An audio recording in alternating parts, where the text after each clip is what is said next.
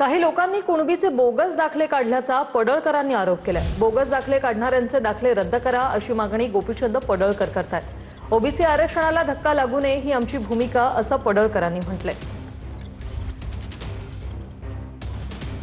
आमची भूमिका ही आहे पहिल्यापासून ओबीसीच्या आरक्षणावरती गदा येता कामा नये। नंबर 1, ज्यांच्या मूळ कुणबी नोंदी आहेत त्यांना दाखला देण्याबद्दल कुणाचंच दुमत नाही, कुठल्याच ओबीसीचं। परंतु मराठाच्या मागे कू लिहायचं, मराठाच्या पुढे कू लिहायचं, हे करून जे दाखले काढलेत, ओव्हर रायटिंग करून दाखले काढणे, कागदपत्र जोडून दाखले काढणे, बोगस कागदपत्र तयार करणे, याच्यावरती आक्षेप आहे आणि अनेक लोकांनी काढले ते दाखले। त्याचे काही पुरावे पण आम्ही दिलेले आहेत। आम्ही त्याच्यासाठी आता लढतोय आणि म्हणून राज्य सरकारकडे आमची मागणी अशी आहे, अशा पद्धतीचे ज्यांनी चुकीचे दाखले काढलेले आहेत त्यांना हायकोर्टामध्ये जाण्याऐवजी हायकोर्टात गेलं का ते 2-2, 3-3, 4-4 वर्ष जातं। ज्या जात पडताळणी समितीने त्यांना प्रमाणपत्र दिलंय त्याच जात पडताळणी समितीनं ते सगळं रद्द करून द्यायचं, जे बोगस दाखले असतील तर।